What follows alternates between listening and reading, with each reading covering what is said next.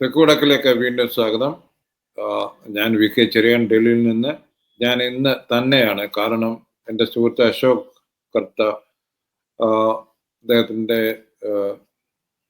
ശബ്ദത്തിന് തൊണ്ടയ്ക്ക് എന്തോ പ്രശ്നമായിട്ട് വോയിസ് റെസ്റ്റിലാണ്. അതുകൊണ്ട് ഞാൻ ഡൽഹിയിലെ ഇലക്ഷനെ കുറിച്ച് ചില സത്യങ്ങൾ നിങ്ങളുടെ മുമ്പിൽ വെക്കാം എന്ന് കരുതി. ഡൽഹിയിലെ ഞാൻ താമസിക്കാൻ തുടങ്ങിയിട്ട് ഈ വർഷം 45 വർഷമാകും.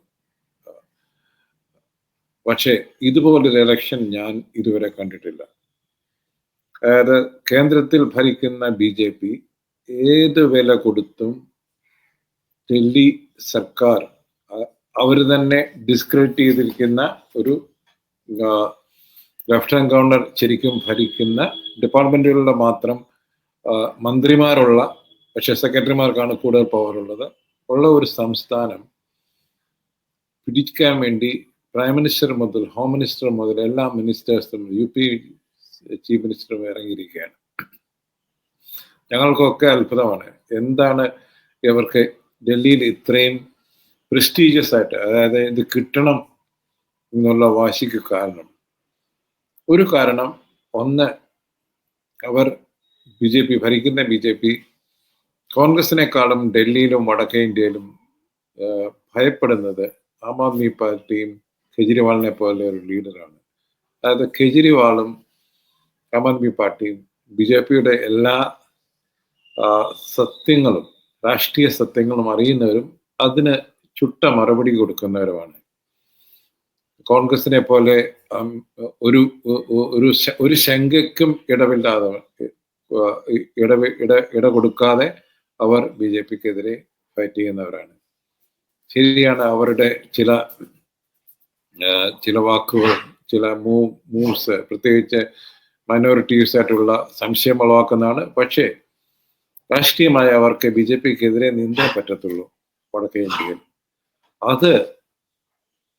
അത് ഡൽഹിയിലും പഞ്ചാബിലും മെജോറിറ്റി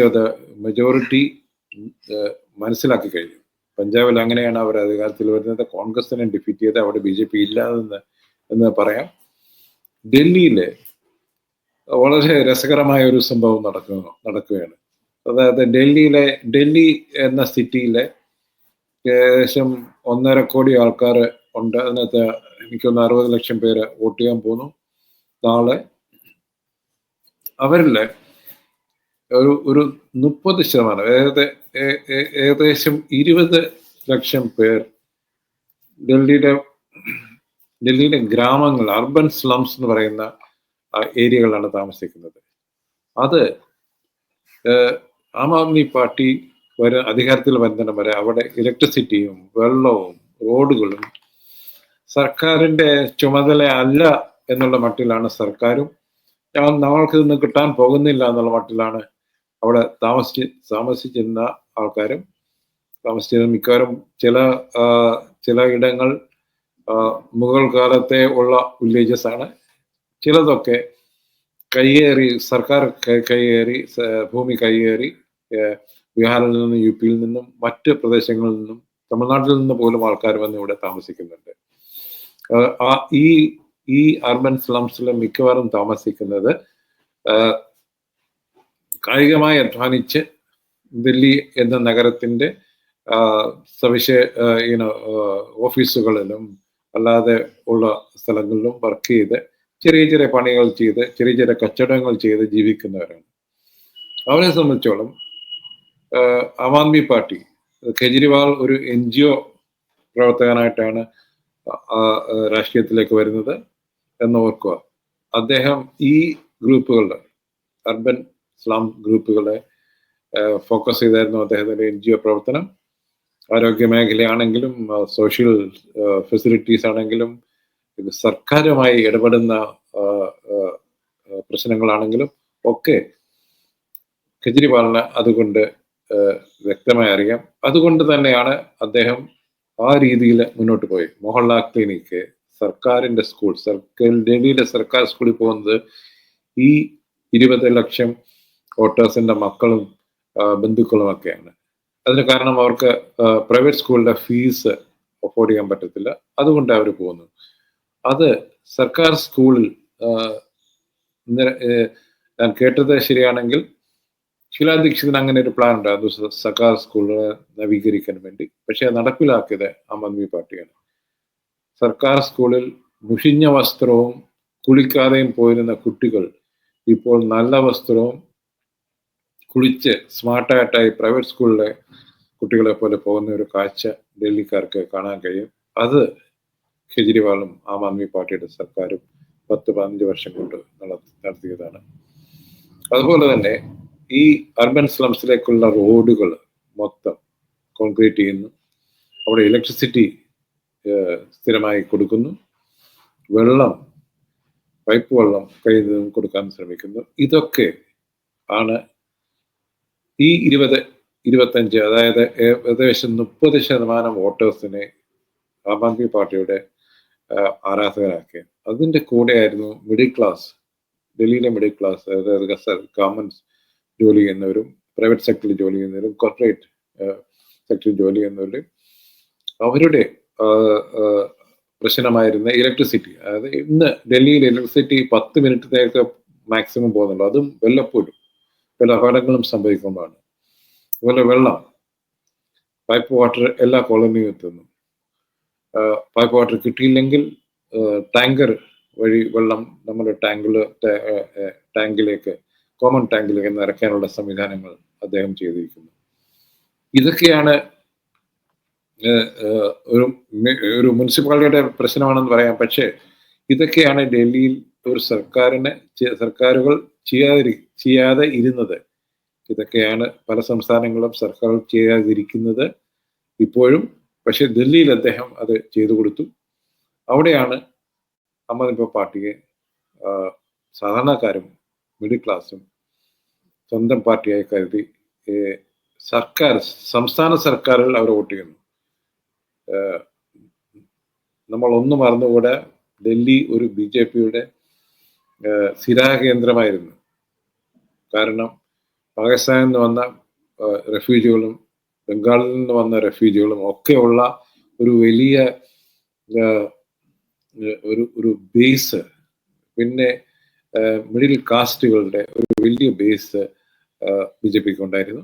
അങ്ങനെയാണ് BJPയും കോൺഗ്രസും മാറി മാറി ഡൽഹി മുനിസിപ്പൽ കോർപ്പറേഷൻ ആയിരിക്കുമ്പോഴും പിന്നെ സംസ്ഥാനമായപ്പോഴും ഭരിച്ചുകൊണ്ടിരുന്നത്. അത് ഒരു മാറ്റം വന്നത് ആം ആദ്മി പാർട്ടിയാണ്. ശരിയാണ്, ആം ആദ്മി പാർട്ടി കൊണ്ടുപോയത് കോൺഗ്രസിന്റെ ബേസാണ്. BJPക്ക് ഇപ്പോഴും 30% വോട്ടുകളുണ്ട്. പക്ഷേ ജയിക്കാൻ വേണ്ട ആ 10% കൂടെ അല്ലെങ്കിൽ 15% കൂടെ കിട്ടുന്നത് ഇപ്പോൾ ആം ആദ്മി പാർട്ടിക്കാണ്. അത് കോൺഗ്രസിന് പോയി. കോൺഗ്രസിന് കഴിഞ്ഞ രണ്ട് അസംബ്ലികളിൽ കോൺഗ്രസിന് പ്രതിനിധികൾ ഇല്ലായിരുന്നു. ഈ പ്രാവശ്യം അവർക്ക് കിട്ടുമെന്നാണ് പ്രതീക്ഷിക്കുന്നത്. അത് നമ്മൾ കണ്ടു തന്നെ അറിയണം. എന്തായാലും BJPക്ക് എല്ലാ കേന്ദ്ര സർക്കാരിൻ്റെ എല്ലാ സഹായത്തോടുകൂടിയും ചെയ്ത പ്രചരണത്തിന് ജനങ്ങൾ എങ്ങനെ കാണുന്നു എന്ന് നമുക്ക് ശനിയാഴ്ചയിലൂടെ അറിയാൻ പറ്റും. ഒന്ന് എനിക്ക് പറയാതിരിക്കാൻ വയ്യ, ഈ ക്യാമ്പയിൻ ജനുവരിയിൽ തുടങ്ങിയത് ലഫ്റ്റനന്റ് ഗവർണർ, അതായത് ഡൽഹിയിലെ ഭരണാധികാരി എന്ന് പറയുന്ന ഗവർണർ, അദ്ദേഹം ഒരു പോഡ്കാസ്റ്റ് ചെയ്യുകയാണ് സ്വന്തം സർക്കാരിനെതിരെ. ഇത് എത്ര കണ്ട് ജനാധിപത്യത്തിൽ ചേരുന്നതാണ് എന്ന് എനിക്കറിഞ്ഞുകൂടാ. ഇങ്ങനെ ഒരു സംഭവം നമ്മൾ ആരും കണ്ടിട്ടില്ല. ഒന്ന് നോക്കൂ, കേരള സർക്കാർ, ആരിഫ് മുഹമ്മദ് ഖാൻ പഞ്ചായത്ത് ഇലക്ഷൻ നടക്കുമ്പോൾ സർക്കാരിൽ തന്നെ ഒരു പ്രസംഗിച്ചാൽ ഈ സർക്കാരിന് വോട്ട് ചെയ്യാൻ പാടില്ല, ഈ പാർട്ടി വോട്ട് ചെയ്യാൻ പാടില്ല എന്ന് പറഞ്ഞാൽ കേരളത്തിലെ വോട്ടേഴ്സ് എങ്ങനെയായിരിക്കും റെസ്പോണ്ട് ചെയ്യുന്നത്? അതുപോലെയുള്ള പല സംഭവങ്ങളും കാഗിന്റെ, അതായത് കൺട്രോളർ ഓഫ് ഓഡിറ്റർ ജനറലിന്റെ റിപ്പോർട്ട് ഉടനെ വെക്കണം, ഇലക്ഷന് മുമ്പേ വെക്കണം, സ്പെഷ്യൽ അസംബ്ലി കൂടണം എന്ന് പറഞ്ഞ് അവർ ഹൈക്കോടതിയിൽ പോയി, ഹൈക്കോടതി തള്ളിക്കളഞ്ഞു. ഇങ്ങനെ സർക്കാരിന്റെ പ്രഷർ, അതായത് ഡൽഹി ലിക്കർ സ്കാമിന്റെ ഹോം മിനിസ്ട്രിയുടെ അപ്രൂവൽ, കെജ്രിവാളിന്റെ എതിരെ കേസ് നടത്താനുള്ളത് ഇപ്പോഴാണ്, ഇലക്ഷൻ പ്രഖ്യാപിച്ച സമയത്താണ് നൽകുന്നത്. ഇതൊക്കെ എന്താണ് കളിക്കുന്നത്? അതായത് ഒരു കേന്ദ്രം ഭരിക്കുന്ന ഒരു പാർട്ടി സംസ്ഥാനത്തെ ഭരിച്ചുകൊണ്ടിരിക്കുന്ന പാർട്ടിയെ എങ്ങനെയെങ്കിലും തോൽപ്പിക്കുക എന്നുള്ള മട്ടിലാണ് അവർ ഇറങ്ങിയിരിക്കുന്നത്. ഒരു പ്രൈം മിനിസ്റ്ററും എനിക്ക് തോന്നുന്നില്ല. ഞാൻ ഇന്ദിരാഗാന്ധി ഭരിക്കുമ്പോൾ ഇവിടെ വന്നതാണ്, ഡൽഹിയിൽ വന്നതാണ്, രാജീവ് ഗാന്ധിയെ കണ്ടു, നരസിംഹറാവു, അവരാരും ഡൽഹിയുടെ ഇലക്ഷന് ഇതുപോലെ 3-4 റാലികൾ നടത്തിയ ഒരു ചരിത്രം എനിക്ക് ഓർമ്മയില്ല. ഇവിടുത്തെ ഡൽഹിയിലെ പഴയ മുനിസിപ്പൽ കോർപ്പറേഷൻ ഇന്ദിരാഗാന്ധി പോയിട്ടേ ഇല്ല എന്നാണ് ഞാൻ കേട്ടത്. അപ്പം അങ്ങനെയുള്ള ഒരു സിറ്റുവേഷനിൽ ഇന്ന് ഡൽഹിയുടെ ആൾക്കാരോട് പറയുന്നത്, അതും അതിന്റെ പ്രത്യേകത വെച്ചാൽ ഡൽഹിയുടെ 7 പാർലമെന്റ് അസംബ്ലി സെഗ്മെന്റുകളുടെ നമ്മുടെ BJP ആണ് ജയിച്ചത്. ആം ആദ്മി പാർട്ടിയും കോൺഗ്രസും ഒന്നിച്ച് മത്സരിച്ചിട്ടും ഒരു സീറ്റും കിട്ടിയില്ല. പക്ഷേ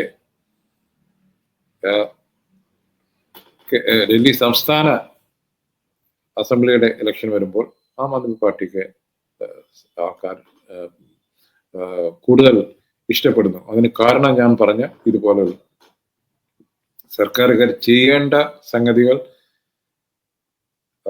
ബാക്കി ആരും ചെയ്യാത്തത് ആം ആദ്മി സർക്കാർ ചെയ്തു കൊടുത്തു. മാത്രവുമല്ല, അവർ ആം ആദ്മി പാർട്ടിയെ പറ്റി കറപ്ഷൻ, അതായത് പണം, അവർ സ്വന്തമായ പണം ഉണ്ടാക്കാം, മന്ത്രിമാരും MLA മാരും, അങ്ങനെ ഒരു സംഗതി വളരെ ദുഷ്കരമാണ് കണ്ടുപിടിക്കാൻ. BJP വളരെ ബന്ധപ്പെട്ടാണ് ഈ ലിക്കർ സ്കാം കൊണ്ടുവന്നിരിക്കുന്നത്. അതുപോലും കോടതിയിൽ നിൽക്കുമോ എന്ന് കണ്ടറിയണം. ഇതുവരെ കോടതിയുടെ വിധികളൊക്കെ അല്ലെങ്കിൽ റിമാർക്സ് ഒക്കെ നോക്കിക്കഴിഞ്ഞാൽ അതിന് സാധ്യത വളരെ വിദൂരമാണ്. പക്ഷെ പാർട്ടി നടത്താൻ പൈസ വേണം. Aam Aadmi party electoral ബോണ്ടിലേക്ക് പ്രവേശിച്ചില്ല. അതിനു പകരം അവർ നേരിട്ട് ഇലക്ഷന് ഫിനാൻസിന് വേണ്ടി പൈസ പിരിക്കുകയും ഒക്കെ ചെയ്യുന്നുണ്ട്. മാത്രമല്ല, ഓപ്പണായിട്ട് ഡൽഹിയിൽ സംഭാവനകൾ, ഇപ്പൊ കേരളത്തിൽ CPM ചെയ്യുന്ന പോലെ ബക്കറ്റ് പിരിവ് നടത്തുന്ന ഒരേ ഒരു പാർട്ടി ആം ആദ്മി പാർട്ടിയാണ്. മറ്റ് 2 പാർട്ടികൾ അത് ചെയ്യുന്നില്ല. പക്ഷെ ആരും ചോദിക്കത്തില്ല നിങ്ങളുടെ പൈസ എവിടെ നിന്ന് വരുന്നു എന്ന് ആരും ചോദിക്കുന്നില്ല. ആം ആദ്മി പാർട്ടി ലിക്കർ സ്കാമില് കറപ്ഷനാണ് എന്ന് പറഞ്ഞ് വളരെ ഇതായിട്ട് ചെയ്യുന്നുണ്ട്. പക്ഷെ അതിന് ആം ആദ്മി പാർട്ടി മറുപടി കൊടുക്കുന്നത്, നിങ്ങളെ, അതായത് നിങ്ങൾ ഇലക്ട് ചെയ്ത ഞങ്ങളെ തെറി വിളിക്കുന്ന പാർട്ടിയാണ് BJP എന്നാണ് അവർ പറയുന്നത്. അതിനർത്ഥം ഞങ്ങളെ വിളിക്കുന്ന തെറി നിങ്ങൾക്കുള്ള തെറിയാണ് എന്നുള്ള മട്ടിലാണ് കേജ്രിവാളും ആം ആദ്മി പാർട്ടി ക്യാമ്പയിനും ചെയ്തുകൊണ്ടിരിക്കുന്നത്. അതുകൊണ്ട് നാളെ ഞങ്ങളൊക്കെ വോട്ട് ചെയ്യുമ്പോൾ ആരും അത്ഭുതങ്ങൾ പ്രതീക്ഷിക്കുന്നില്ല. അതിനർത്ഥം ആം ആദ്മി പാർട്ടി തിരിച്ചു വരുമെന്നാണ് മിക്കവരും വിശ്വസിക്കുന്നത്. അതിന് പകരം ആം ആദ്മി പാർട്ടി അല്ല വരുന്നെങ്കിൽ അത് BJP തന്നെയാണ്. കോൺഗ്രസിന് ഒരു ചാൻസും ഇല്ല എന്ന് എല്ലാവർക്കും അറിയാം. അങ്ങനെ സംഭവിക്കുന്നത് അതൊരു മഹാത്ഭുതമായിരിക്കും എന്ന് പറഞ്ഞുകൊണ്ട് ഞാൻ ഈ പോഡ്കാസ്റ്റ് നിർത്തുന്നു. നന്ദി, നമസ്കാരം.